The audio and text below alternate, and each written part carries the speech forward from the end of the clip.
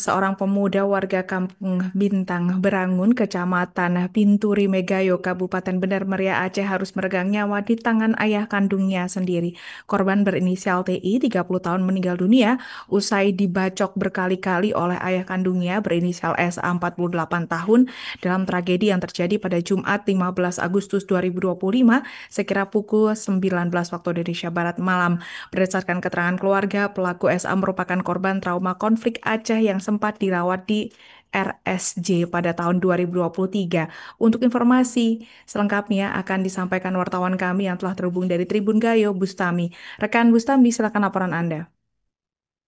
Baik rekan Alinda yang dapat kami laporkan dari Kabupaten Berbeda, ya, warga di wilayah tengah Aceh ini kembali digemparkan kali ini seorang pemuda warga Kampung Bintang Berangun, Kecamatan Pintur Megayu, Kabupaten Benar Meriah, berusia TA 30 tahun, TI, maksud kami 30 tahun, harus meregang nyawa di tangan ayah kandungnya. Korban meninggal dunia usai dibacok berkali-kali oleh ayah kandung berinisial SA 48 tahun dalam tragedi yang terjadi pada Jumat tanggal 15 Agustus 2025 sekira pukul 19.00 waktu Indonesia bagian Barat.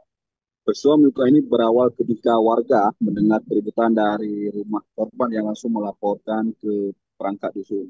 Tak lama Imam Dusun bersama kepala dusun kemudian menginformasi dan mereka mendengar kala itu pelaku menghubungi keluarga sambil sambil menangis. Dalam telepon itu pelaku mengaku telah melukai anaknya. Kemudian tak lama setelah itu pelaku menutup pintu rumah tersebut dan pergi menggunakan sepeda motornya menuju ke Polsek Pintu Megayo. Sementara korban ditemukan dalam kondisi sudah tidak bernyawa dengan luka bacok di bagian kepala, badan, dan tangan. Barang bukti berupa sebelah orang yang masih berlumuran darah ini telah diamankan ya, di pusat-pusat Polres Sebenarnya. Berdasarkan keterangan dari pihak keluarga, jika pelaku SA ini merupakan korban trauma konflik Aceh. Bahkan ia sempat dirawat di Rumah Sakit Jiwa RSJ Medan, Sumatera Utara pada tahun 2003 silam akibat trauma tersebut. Hal itu sebagaimana disampaikan mantan Panglima Gerakan Aceh Merdeka atau GAM wilayah 5 yang juga Deputi 1 pada reintegrasi atau BRA Aceh Fauzan Azimah. Fauzan yang juga pemilik dari pelaku bercerita jika tersangka dan anaknya itu pernah tinggal bersama dirinya beberapa tahun pasca Damai Aceh. Awalnya ia bercerita Esa ini tinggal di Kampung Jamuratu, Kecamatan Mesidah, Bandar Meriah. Kemudian di tahun 2000, SA bersama istrinya dan anaknya TI meninggalkan kampung karena mendapatkan teror dari orang yang tidak dikenal. Dulu katanya di kampung tersebut ada pembunuhan dengan kondisi yang mengenaskan. Korbannya itu ialah tetangga dari pelaku ini. Karena itulah awalnya membuat SA ini jadi trauma.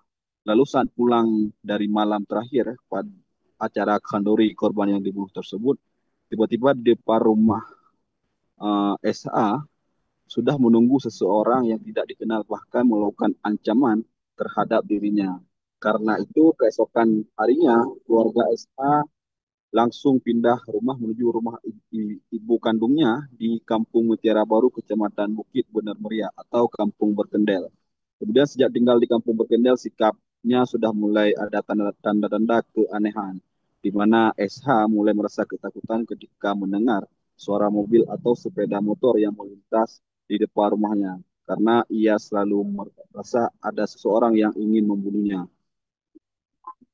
Dari hari ke hari, pelaku sikap ataupun perilaku dari Esa ini semakin mengkhawatirkan, bahkan tidak jarang dengan berani melakukan tindak kekerasan terhadap istrinya.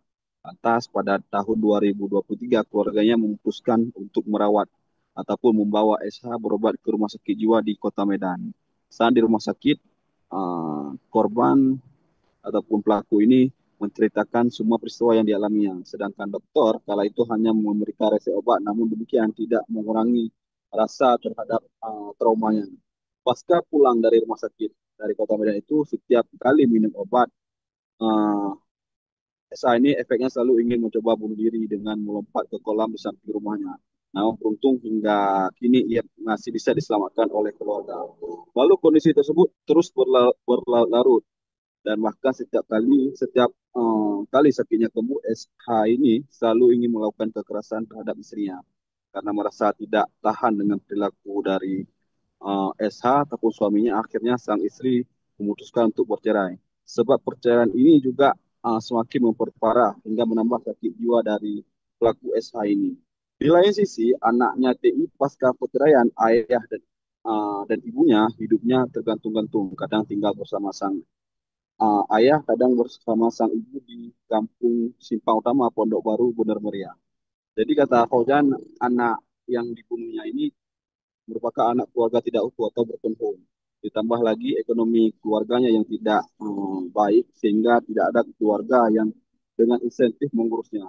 Selanjutnya, pada tahun 2023, akhirnya SH bersama anaknya TI, pindah ke kampung Bintang Berangun, Kecamatan Pinturi Megayo. Atau orang menyebutnya daerah Uwerlah untuk membuka lahan kopi. Di sana, saat kopi belum panen, ayah dan anak ini mencari pekerjaan serabutan demi bisa menghidupkan mereka. Bahkan SA sempat bekerja sebagai tukang parkir di Simpang Balik, Kecamatan Besar, Benaria. Sementara TI, anaknya pernah bekerja sebagai penegak alat berat di daerah Lukucak, Kecamatan Bukit Benaria. Alhasil, diduga saat bekerja di Kampung Lukucak, TI ini salah pergaulan. Alhasil, sejak saat itu Oh, sifatnya dasar. tidak bisa dikendalikan, suka mengamuk. Sampai-sampai ia pernah mencincang HP dan membakar rumahnya berkali-kali serta mengancam ingin membunuh anaknya, ingin membunuh ayahnya. Kemudian dalam peristiwa yang terjadi pada Jumat malam, akhirnya TI ini harus meninggal ataupun meregang nyawa di tangan ayah kandungnya itu SA. Begitu rekan Alinda yang dapat saya laporkan dari Gunung. Baik, terima kasih rekan Bustami dari Tribun Gayo atas laporan Anda dan selamat bertugas kembali. Download Tribun X sekarang, menghadirkan lokal menjadi Indonesia.